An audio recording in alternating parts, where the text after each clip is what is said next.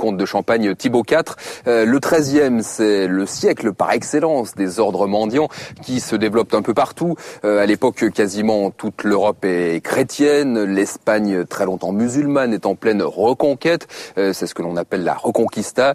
Les rois chrétiens repoussent les musulmans vers le sud de la péninsule ibérique et c'est alors que voit le jour le dernier royaume musulman d'Europe, le royaume de Grenade, où nous allons nous rendre dans quelques instants. Araceli Guillaume Alençon, bonsoir. Bonsoir. Vous êtes d'origine espagnole, vous enseignez à la Sorbonne à Paris, vous êtes spécialiste de l'Espagne classique. Alors au XIIIe siècle, Grenade est donc le dernier bastion musulman d'Europe et c'est là en fait où vont se réfugier tous ceux qui vont fuir la reconquête.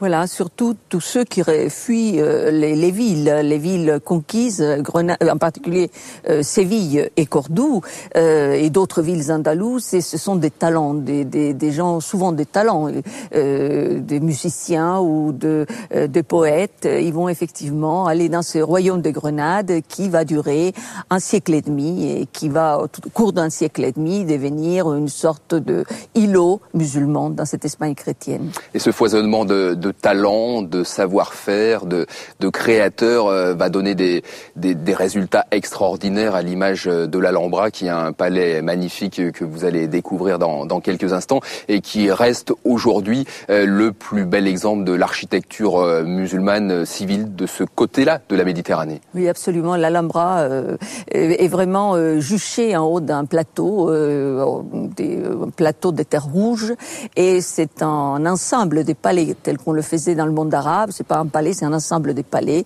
qui comprend différents bâtiments et qui va être une cour brillante où les ambassadeurs de tout le monde vont venir visiter le sultan. C'est aussi un lieu de plaisir, c'est un lieu de savoir. C'est un édifice très symbolique aussi. C'est un édifice très symbolique car les Nasrides sont en quête de légitimité et aussi de reconnaissance de prestige. Donc ils vont faire de leur mieux et les travaux sont sublimes. Ce lieu est fait vraiment, l'architecture et l'ensemble est fait à la plus grande gloire des dieux, mais aussi à la plus grande gloire du sultan. Alors les Arabes, les Maures vont apporter leur culture, leur savoir-faire, aussi leur art de vivre, un art de vivre qui à Grenade va se développer beaucoup autour de l'eau.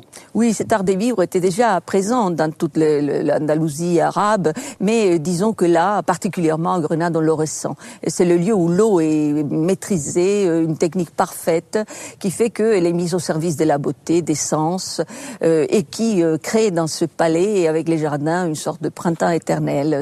L'eau, c'est un symbole de pureté. C'est un symbole de pureté. C'est aussi un symbole à l'époque de pouvoir. Avoir l'eau, posséder l'eau, veut dire aussi avoir une forme de puissance et de pouvoir. Merci beaucoup, Araceli Guillaume Alençon, de nous avoir donné envie de regarder ce reportage. Direction donc tout de suite à l'Andalousie, à la découverte des Nasrides, dont vous nous parliez à l'instant. Cette brillante dynastie qui fonda donc le royaume de Grenade au début du XIIIe siècle. Les Nasrides, ces grands bâtisseurs dont le palais de l'Alhambra et ces magnifiques jardins sont devenus donc une référence de l'architecture et de l'art de vivre arabo-andalou. Au royaume de Grenade, c'est un reportage d'Hélène Frandon et William Jaffé.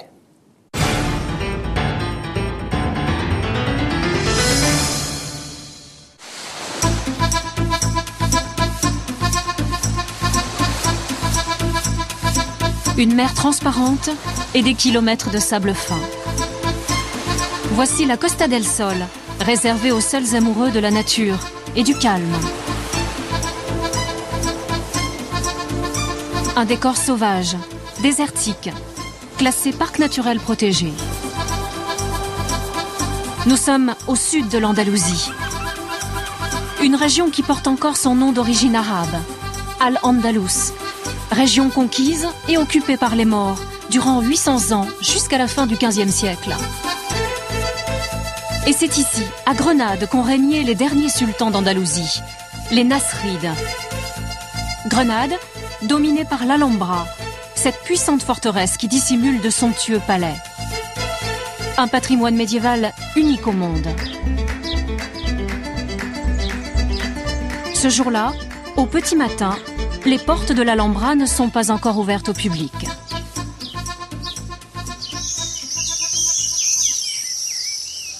L'architecte en chef vient d'arriver sur le site. Francisco Lamolda est encore seul dans le palais, émerveillé comme au premier jour. Il faut imaginer le visiteur au XIVe siècle. Il s'approchait de ce palais, entrait par une porte imposante que l'on peut encore voir, et il admirait ce magnifique espace. Ici, on peut apprécier comment se reflète cet édifice magnifique, ses jardins, ses arcades, et cela crée une situation irréelle, une architecture imaginaire, avec le portique qui se reflète sur l'eau. De sorte que l'architecture est élancée, verticale, et ça lui donne plus de grandeur et de magnificence.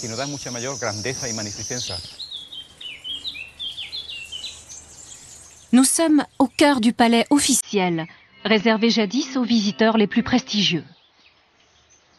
Une haute tour domine ce palais. Le sultan y recevait ses hôtes dans une salle immense. Une salle où tout a été conçu pour intimider les visiteurs. Normalement, le roi se tenait dans la niche centrale, où il restait dans l'ombre, assis sur des coussins. Les visiteurs, bien sûr, entraient par la porte face à lui, et une fois l'entrée franchie, ils s'avançaient vers lui. Cet espace énorme, comme vous pouvez le voir, s'élève jusqu'à 18 mètres de hauteur. Et c'est l'un des sommets de l'architecture nasride. C'est le symbole du pouvoir, le pouvoir du roi. Symbole de ce pouvoir, le plafond en bois sculpté. Une représentation des 7 cieux de l'islam.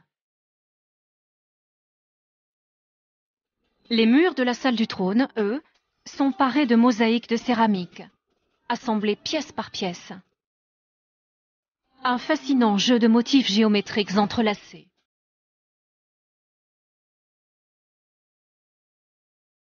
Sans oublier les stucs, finement ciselés sur tous les murs du palais, autrefois resplendissants de couleurs et d'or. Bref, un décor à la gloire des sultans nasrides. Les derniers sultans d'Espagne.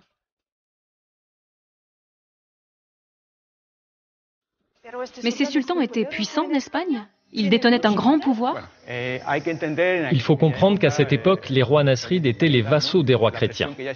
Donc d'une certaine manière, ils étaient à la fois dominés et protégés par les rois chrétiens. En même temps, le sultan, auprès de son peuple, représentait le pouvoir. Il y avait là une dualité, une ambiguïté. Ciel, réservé jadis aux visiteurs les plus prestigieux. Une haute tour domine ce palais. Le sultan y recevait ses hôtes dans une salle immense. Une salle où tout a été conçu pour intimider les visiteurs. Normalement, le roi se tenait dans la niche centrale, où il restait dans l'ombre, assis sur des coussins. Les visiteurs, bien sûr, entraient par la porte face à lui, et une fois l'entrée franchie, ils s'avançaient vers lui. Cet espace énorme, comme vous pouvez le voir, s'élève jusqu'à 18 mètres de hauteur. Et c'est l'un des sommets de l'architecture nasride. C'est le symbole du pouvoir, le pouvoir du roi. Symbole de ce pouvoir, le plafond en bois sculpté. Une représentation des 7 cieux de l'islam. Les murs de la salle du trône, eux, sont parés de mosaïques de céramique, assemblées pièce par pièce. Un fascinant jeu de motifs géométriques entrelacés.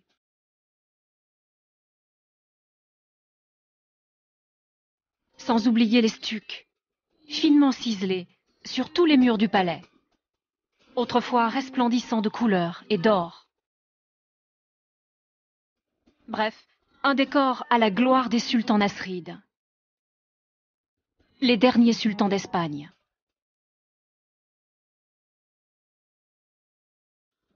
Mais ces sultans étaient puissants en Espagne? Ils détenaient un grand pouvoir?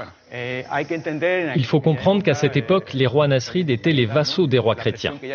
Donc d'une certaine manière, ils étaient à la fois dominés et protégés par les rois chrétiens. En même temps, le sultan, auprès de son peuple, représentait le pouvoir. Il y avait là une dualité,